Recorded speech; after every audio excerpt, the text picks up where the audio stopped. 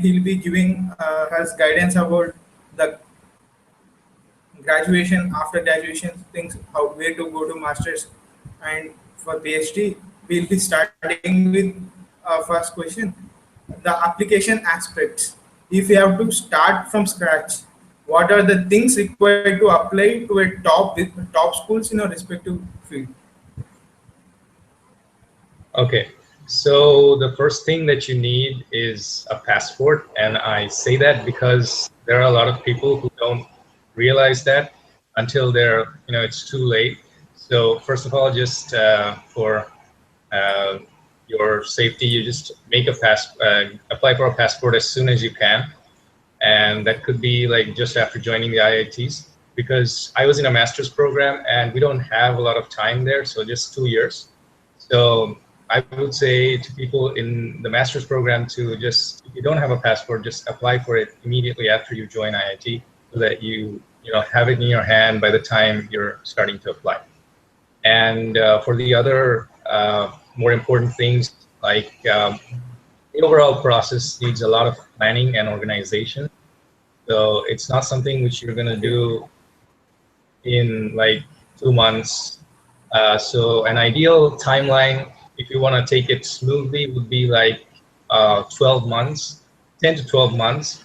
So I did it around, around 10 months. So it's kind of like a good time to start would be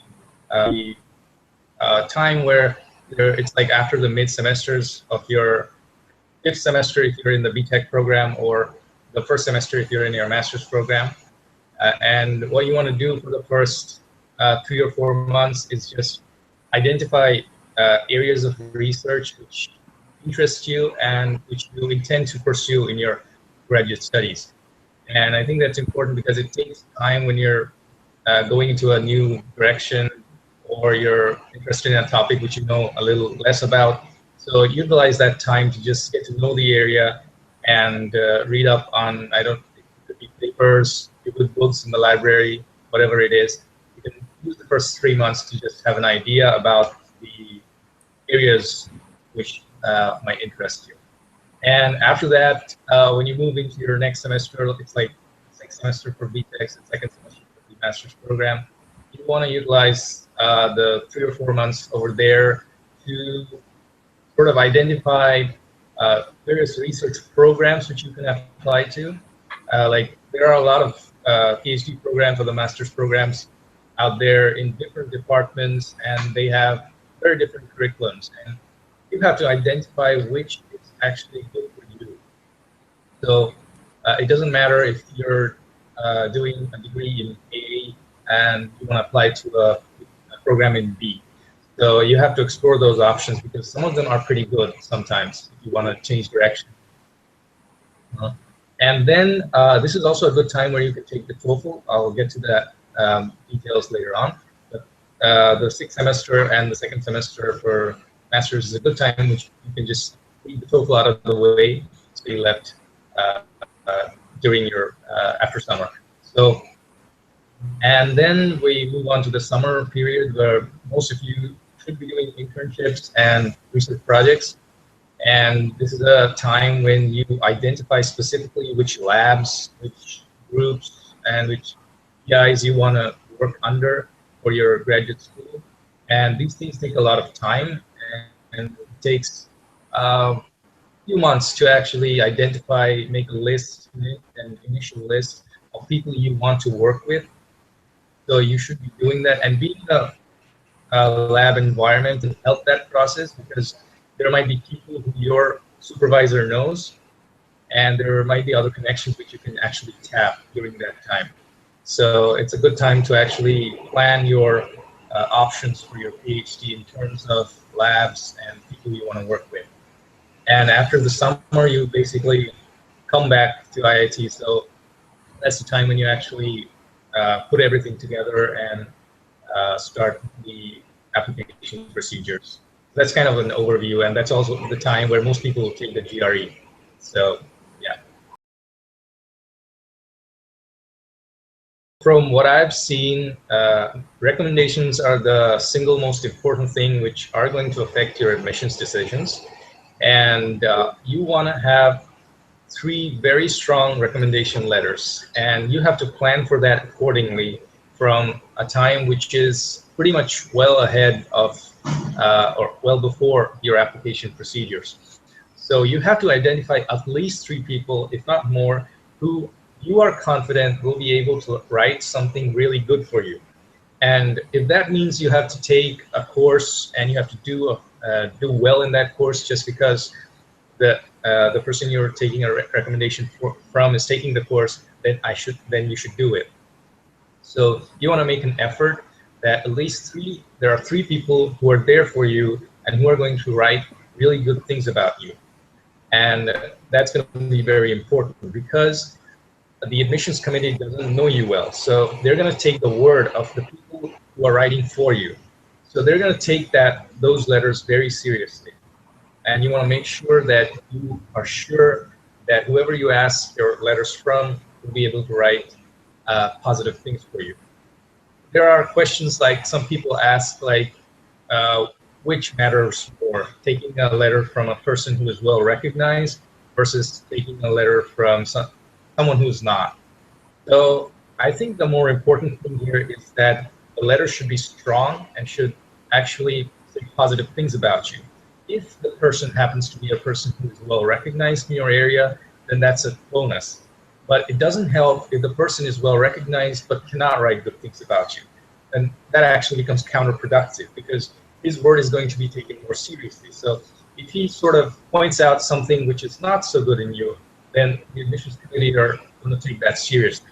So the focus should be on getting good letters as opposed to getting letters from people who are really big people in your area. So recommendations are the most important thing. After that, the SOP is pretty important. It's not a deciding factor, but you don't want to mess up in the SOP is what I mean.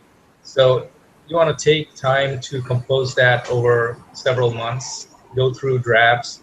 You want to show people like your professors and friends who you can sort of share ideas with, who can give you constructive criticism, and it can be friends in doing other things in life. So you just have a neutral person read it out, get a feel of what you're talking about, and see if it's working out.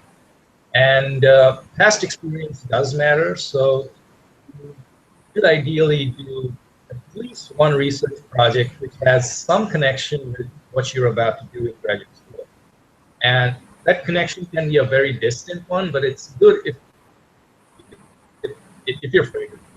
But you should have at least one research project there, which brings out sort of a very the best. And so doing research projects is it's almost a requirement to get into a top school.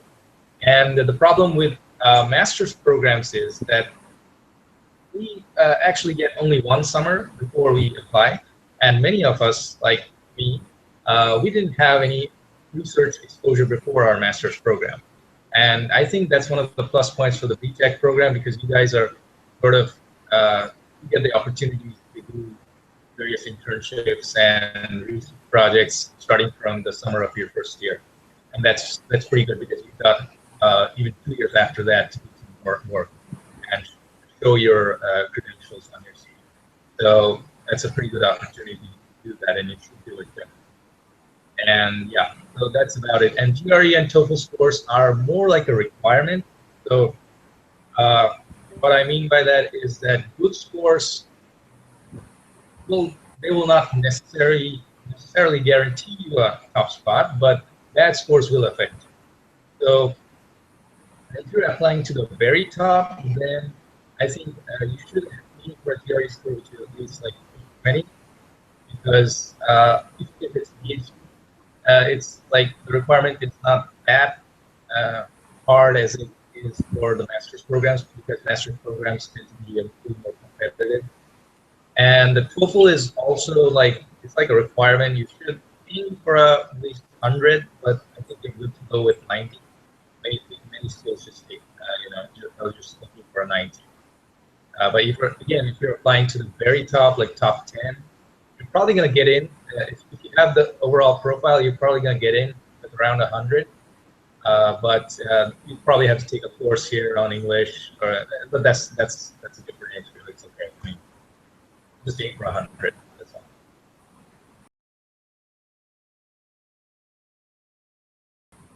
Okay, so apart from coursework, you have to make sure that your application is sort of overall. I mean, there are many aspects to it, so you should be taking care of issues that you have elsewhere. Like if you have a little bit of less research experience, then you should like focus on doing more projects.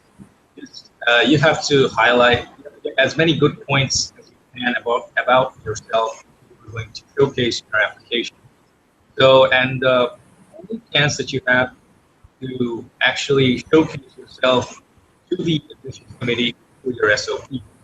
And that's the only other document which they have, other than the letters of recommendation and your transcripts, where you can actually be yourself and show the admissions why they should take you, or what it is that interests you so much that you apply to a graduate program. Let's go to the fourth question. Let's consider that we have a low CPA of 6. Is there any chances for getting admitted into the top 100 universities? So ideally, you would want to keep a CPI which is 8 or higher. But if you have a low CPI which is 6 or below, I don't know if it's impossible to get into the top schools, top 100, but it's going to be difficult. And you have to sort of balance that with something equally brilliant on your profile to convince the admissions committee that you have the potential to go for graduate studies. So they're just looking for signs which show that you have potential. And if you can show that somehow, it doesn't matter. It's like, I mean, everyone doesn't have everything. So if you have a low CPI, you have to have something which is very good to balance that out. But if you're talking about the very top, then I'm not sure that they're, with anything, they're going to accept CPIs like below a certain limit. But top 100 could be possible if you have, say, publications which are very good. Could be possible. Okay. So can alumni from IITG currently studying, working in the universities, one has to apply, help in any way? I If think yes, yes. Yes, in certain ways. Like I think a lot of the time when we are applying, we don't have enough information from the inside, and that information doesn't have. I don't mean information which is a secret, but it's just that because we are far away, we don't have access to some of the things that we need to hear most of the time. So I think if someone's applying to a university where you have alumni from your previous batches, I think it's good to talk to them because they can share their experiences and give you tips maybe on the specifics of the admissions over there. And overall, it won't harm you in any way. You'll probably get more information than you already have. So I think it's a good idea. Maybe they won't be able to do something which is gonna affect your admissions, so to say. But yeah, you'll get information. so how difficult is it to apply to top universities for PhD directly? I think that for us, which the path that we usually take is we do a BSc, MSc, and then we go for a PhD. For people who are going from BTech to PhD, I'm not very sure, but I think it depends on the amount of coursework you've taken. So if the coursework that you've taken is sufficient and they consider it sufficient, then you should have no problem. So I have many people in my class who are coming right out of an undergrad program, which is also 4 years over here.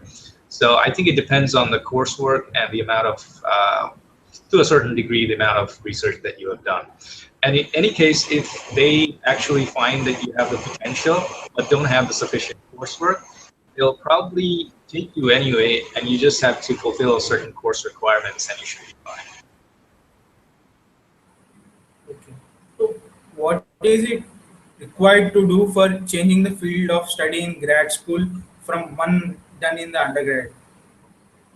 Okay, so to sum it up, it usually requires a lot of interest in the area that you want to go into, a lot of interest, a lot of passion, and a lot of courage, because it'll probably be an area which you don't know a lot about yet, or which you haven't studied a lot in your life.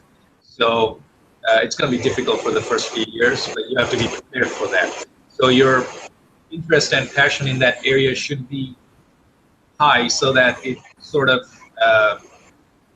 overrules the difficulty that you have to face, because in the end it's just passion that matters. So if you're interested sincerely, you're going to work for it and you're going to do well. So in terms of practical advice, I would say that if you're looking to change fields for your PhD, then you should, again, map it out for yourself, plan ahead, because it's your life. So you should like take time, as I said, a year, just sort of get to know the area and see where you can apply, where you have sort of better chances of getting acceptance, and also programs where programs which suit you. So these are the things. So coming to the preparation aspects. So when do you start preparing for GRE? I think this is a very common question, and so according to me, it never hurts to start preparing early. So I guess earlier the better. And if you're someone who actually likes to be smooth and slow, I would say a year is a good time. That's the way I did it, because I usually don't prefer cramming and just delivering. So I sort of phased out the preparation over 12 months, where I would, be in touch with the preparation, but then you have your exams and coursework and other stuff, and then you're sort of doing it for a month, and then you have tests and you forget all about it. You start over again, and then you see that you remember maybe 20% of what you had read before, and the rest is wiped out. So you start again. But the important thing is that you sort of go through the preparation multiple times. And in the end, you will see that there are a lot of words that because the GRE is mostly is about memorizing words, at least in the first step. It's not all, but that's the initial stage. So you have to memorize a lot of words, and you will see that with time, if you give a consistent effort, that it starts getting better. And so I would recommend that you start as early as possible. You can go slow, but you go steady. So how important are these GRE scores? So GRE scores are important, but they're not everything. So you should, if you're looking for a good school, as I said, you should be aiming for a 320 or thereabouts, because 320 is kind of a good solid benchmark, actually. 320 assures that if you have the potential and the other credentials, 320 will probably get you in where you deserve. Again, I say if you have the other credentials. But if you're applying to a very top school and you don't have a score which is I would say, like, if you have something like below 310, then that's probably going to affect you. So you should try to keep your score at least above 310, but more ideally near 320, and if higher, then that's really good. Okay. Is it required to take TOEFL too? Yeah, so far as I've seen, that TOEFL is actually the requirement. So there are universities here which don't require the GRE, but they require the TOEFL. I think it was Purdue University, which doesn't require the GRE, at least in chemistry. So far as I know, I didn't apply, but I think I know. So the TOEFL is the requirement because it's kind of the certificate that which shows that you have the necessary communication skills of in English for your PhD or coursework, and that's why it's required. So you really have to give the TOEFL. And as I said before, like March, like February, March is a good time to get TOEFL over with, unless you prefer to give them together. For me, it was like I wanted to. TOEFL is usually the easier out of the two, TOEFL and GRE. So I wanted to take the easier one first and get it done with, so I can focus on the GRE. So I give the TOEFL in the spring semester to get it over with. You can do that if that's what you prefer. So coming to the monetary aspect, what are the things required to get funding or scholarship? So, how hard is it to get funding and scholarship? So far as I've seen, you will not face much difficulty in securing funding or scholarships in the PhD programs, because PhD programs tend to be fully funded, and most of my peers are also, fully funded on their programs. But I think when you're applying to a master's program, I'm not very sure, but I think the funding situation is a bit more critical over there. So there's a lot of competition with funding, and there are very few spots. So I think you have to be really brilliant to get full funding in your master's. But there are people who actually get partial funding. There are people who get accepted, but they don't get funding. And you have sort of situations where a professor is willing to take you, and he might offer you funding for the first year because the university is not offering you, and then the university sort of takes over and offers you. But there are risks to that, because you have to perform according to the expectations of the professor and things like that. So I'm not very well conversed with funding for the master's programs, but yeah, there are issues with funding there. It's competitive in master's, but I don't think you'll have any problem with PhD. But I think specifically for the universities in California, Universities of California fraternity, their funding is a bit on the limited side. So I think when you apply to a few of their universities, they actually ask you a question that, will you be able to support yourself or something like that. So even for PhD, so funding in the University of California's are generally limited, and that's true for California in general.